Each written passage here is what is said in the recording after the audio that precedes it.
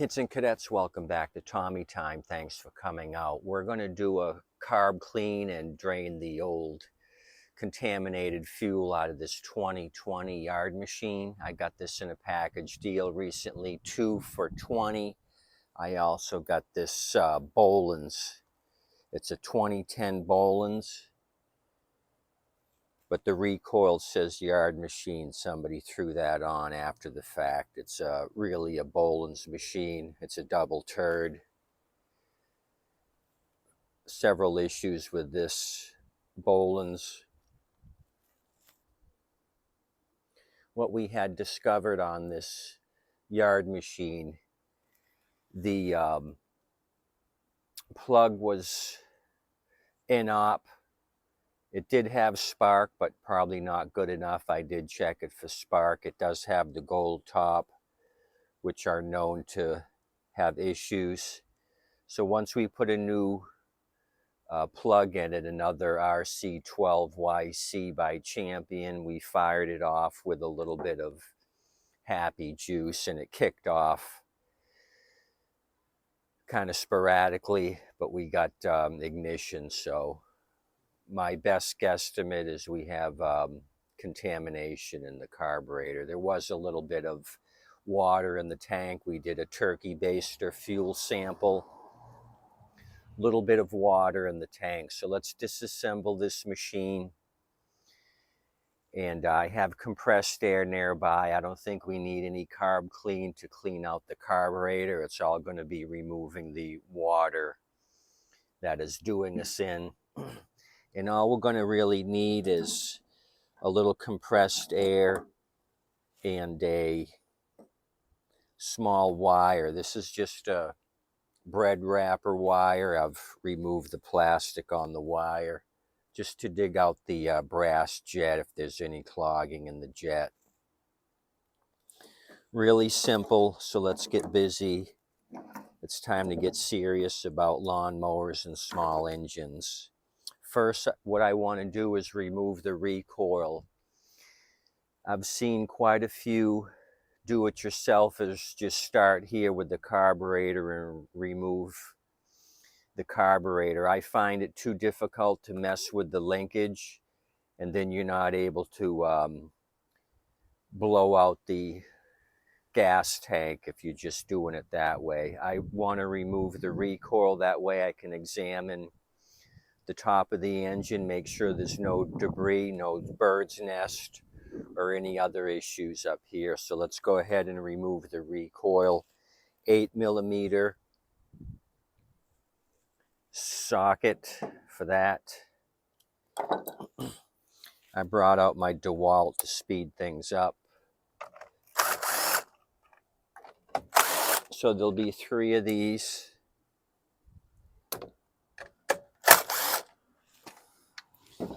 Saves yourself a lot of time trying to manipulate this carb off. This just came off in 10 seconds. And you also want to oil this up when you've got it off. Put some engine oil or WD-40 here on the pawls. So there is a little bit of hay that's collected here on the cylinder head. So these 2 or 3 channels actually go down all the way. So one of the channels here is blocked with some hay. So just take a screwdriver, clean this out, get rid of this hay. This is an air-cooled engine. You want all these fins free of debris. Okay, I push that down. I'm going to get my air gun and just help it along, although I think I got it.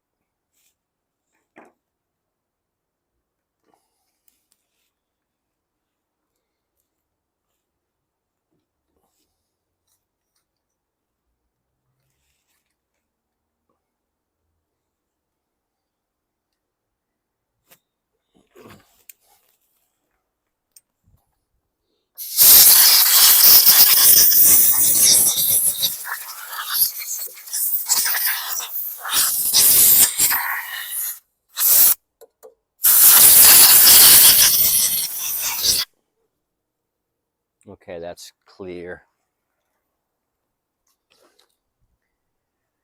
Okay, that's off. Remove the filter cover. As you recall, there was no filter when we checked this thing out. Still use your 8mm socket. You're going to take the 2 outside sheet metal screws off. Those are the same size as the recoil screws. Remove those. I'm going to change my socket to a 7. These inner screws that go directly into the carburetor plastic, those are 7s. Remove those 2.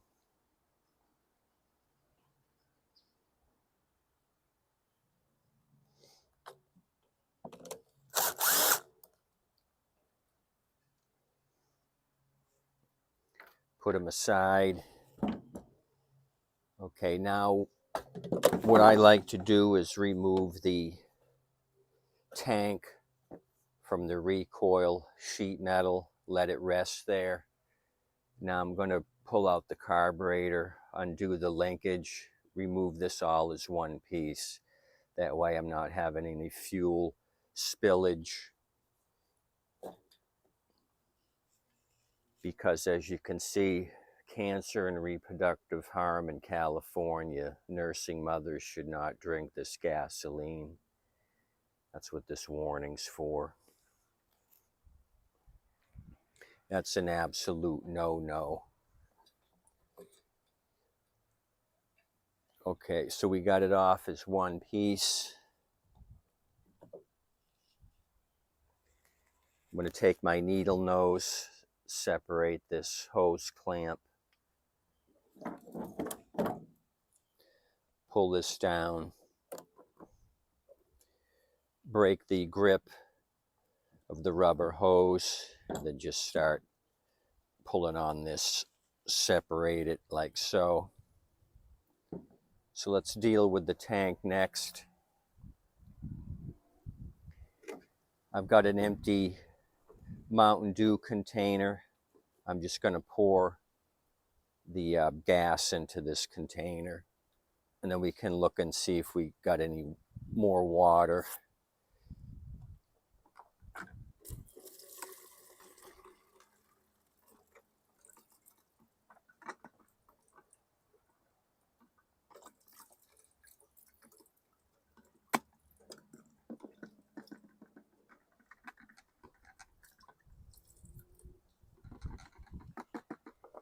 It doesn't smell bad, but that doesn't mean it can't be contaminated with water.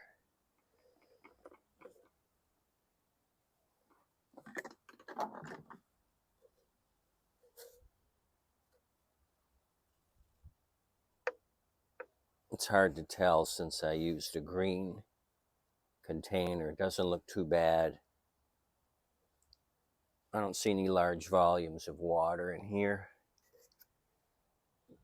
Put that aside. Now what I'm going to do is use my air gun and just blast some compressed air inside the tank to clean it out. I'll kind of use this rag so it doesn't spray all over the place. Blast some into the fuel hose.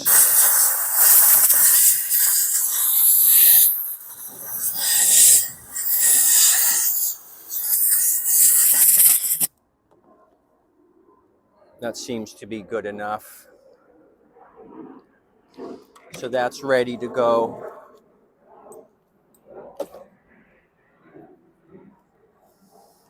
So now it's time to separate the bowl from the carburetor. This is what we got to concentrate on. So those are 7s as well. Back those off. As you see, there's a wide washer style head. These have to go back on the carburetor.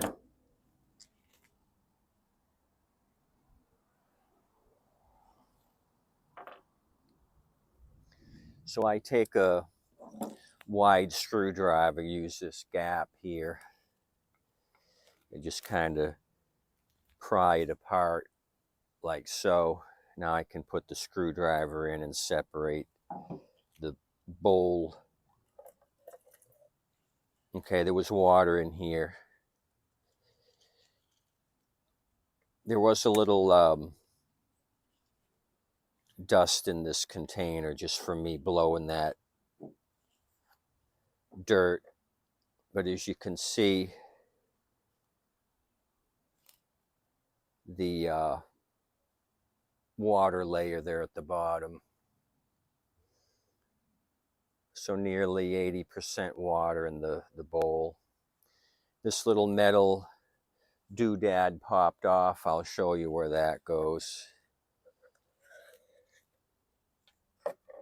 This little silver thing.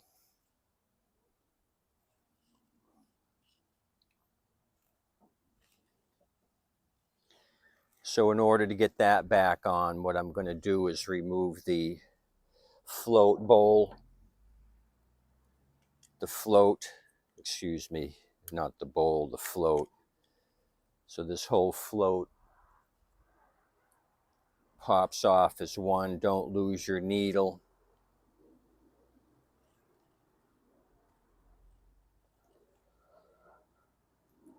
That little silver disc goes in that area there. So put it down, and then I just use the end of the screwdriver once I get it in place, and just snug it back into place like so. Just give it a push.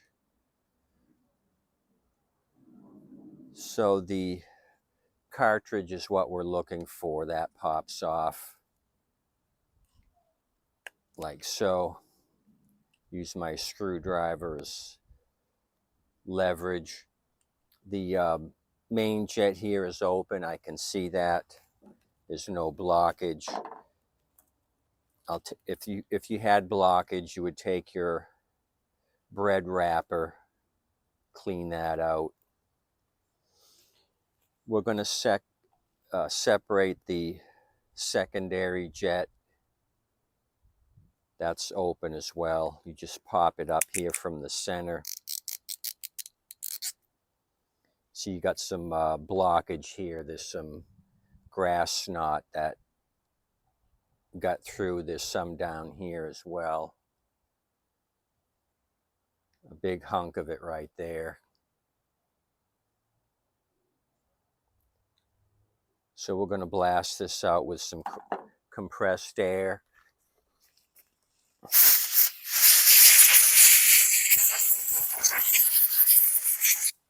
No blockage whatsoever in the jets. What we had was contamination in the bowl. That's what did us in. So since I've got the compressed air in my hand, I'm just going to go through here and do a little clean up. That looks fine.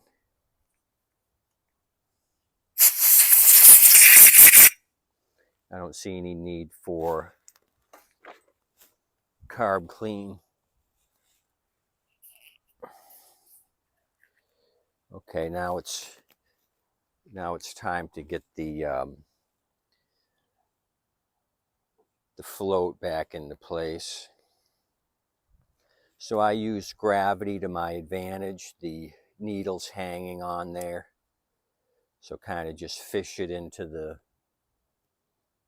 seat. That goes down. And then you want put your pin on the hinge. I gently blow into the intake here and manipulate the float.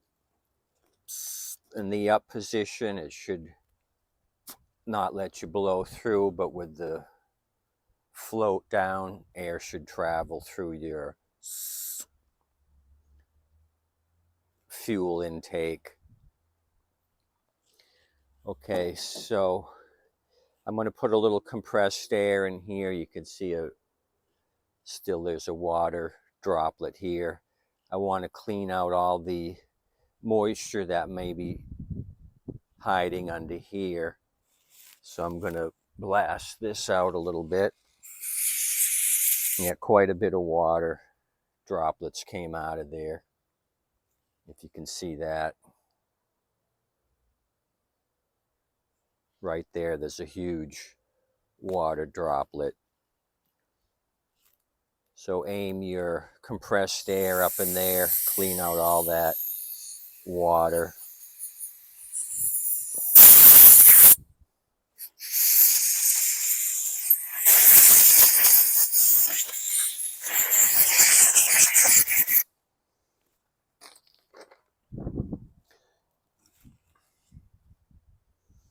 Okay, I'm satisfied with that. Clean up my O-ring here of any debris. Looks fine. See, this isn't taking very long at all. Put my cartridge back together again. This little cavity fits on that little stub. Push this into place till it clicks. This cartridge only goes in one way. 2 thumbs down to click it into place. Looks fine. When you're putting the bowl back on, you want to make sure that little divot sits right where the main jet is located. So something like this. There's my divot, there's the main jet. This is where the fuel's going to get picked up from that divot. Line up my 2 holes for the screws. That looks about right. Use the screws with the wide head. That holds the plastic in place.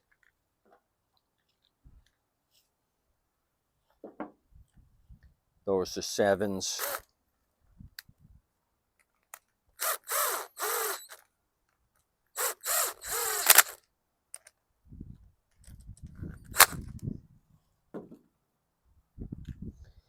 Okay, reverse order. I'm going to put my linkage on. I'm going to put the carb on separate and then do the tank afterwards. I just take them off as one. They go back in 2 different pieces. Make sure your O-ring and the white plastic keeper are in place. Sometimes they'll get stuck here on the intake tube. Remove them, put them back in the carb body, and then start fresh. Put my linkage in the throttle. There's only 1 hole for that to go in. Give it a push. That's on. Now I'm ready for my gas tank. Put these 2 notches in the slots on the sheet metal.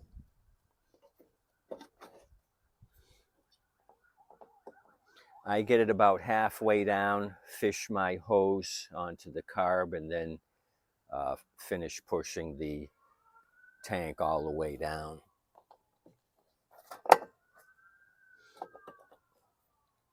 Secure my hose clamp now. Okay, that's on. Now I'm going to reassemble the air filter backing plate next. I like to start with the plastic carb screws first. Get this lined up in the center and then do my outer sheet metal screws last. So it's going to be these 2 next. These are 7s, and I already have the 7mm on the impact.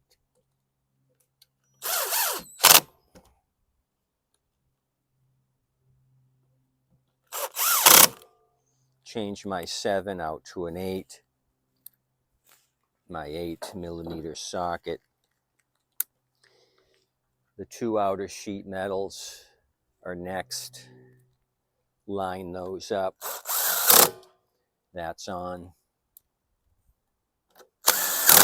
That's on. Just looking at all that water. That's enough to do it in. Okay, this is all assembled. Now we're going to put the recoil back on. Now would be a good time to oil up the pawls, like I mentioned earlier.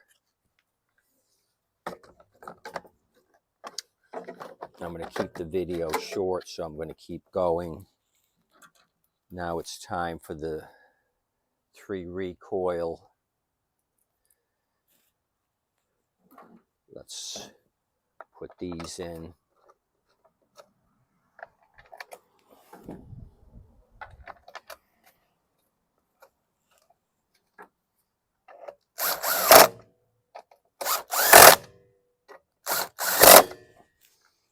Okay. As you recall, the crankcase was overfilled. I went ahead and poured all the excess oil off of this crankcase, and I also moved up each wheel to give me the highest deck height. Actually, the wheel goes down to the bottom hole, gives you the highest deck height. It was in the middle hole position. Let's put a little fuel in it right now. I'll bring it down onto the ground and we'll see if we have success. What are we at? 20 minutes now? Let me see. 22 minutes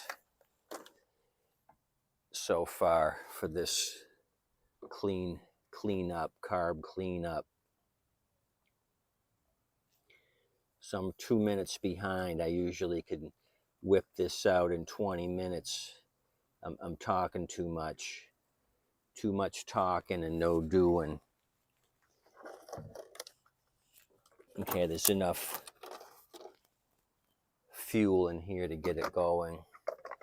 So let me get this on the ground.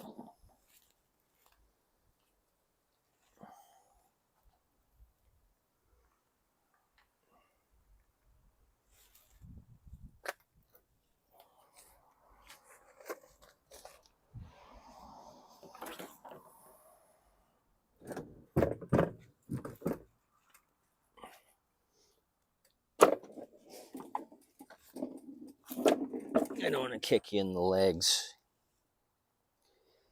I might move you over to this side so I don't kick you in the head. Okay, let's prime it. There should be no reason why this doesn't work. Give it a nice couple of primes. Pull and cross your fingers.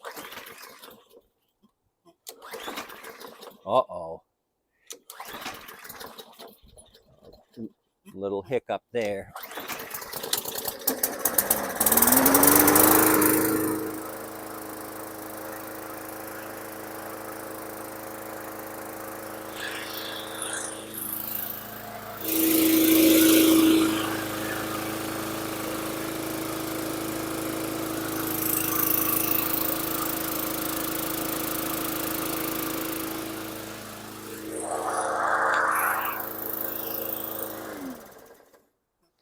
So that's how you do it under a shade tree. This 2020's been brought back to life. What I'm going to do is degrease it and throw a new air filter on it. And this will be ready to go.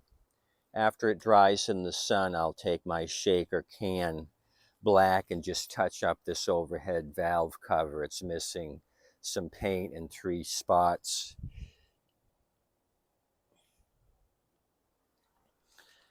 So this was a good $10 unit.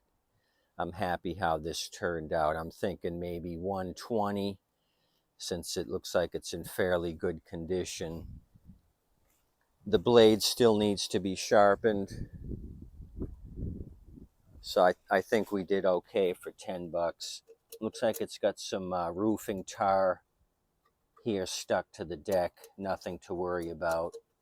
Or it could be paint droplets. So I'm happy with this one. This 2010 is going to be a little bit more of a challenge. This had numerous issues with this 2010 Bolens when we first looked at it. It's still designated the double turd just because of the amount of work that it's going to require. This one here is the honey pot, so to speak. This is going to make up for the 2010 in labor and parts. So I appreciate you coming out, checking out this rectification on the Yard machine. Tiny bit of water, but it's just enough to get in the bottom of that bowl, and you could pull on this for the next 2.5 years, 3 months and 6 days, and you still would not have any success. So be sure you're using fresh fuel. You got any old fuel from last season, get rid of it. You don't want to contaminate your fuel system. As always, thanks for coming out to Tommy Time. I really appreciate all you kids and cadets, all your comments, all that good stuff. I'm going to keep throwing some more videos at you. We'll work on some more junk on 4 wheels. Like I said, I'm really happy how this Yard machine turned out. Only a 3-year-old unit, 2020 production date. I knew it couldn't be anything too serious. As always, it was a fuel-related issue, and the gold top plug. As I mentioned earlier, you've got one of these gold tops and it's not kicking off for you, go ahead and do yourself a favor and change off the plug. As always, please tip your waitress and wait staff. They're doing an awesome job. Have a great day today. Thanks again.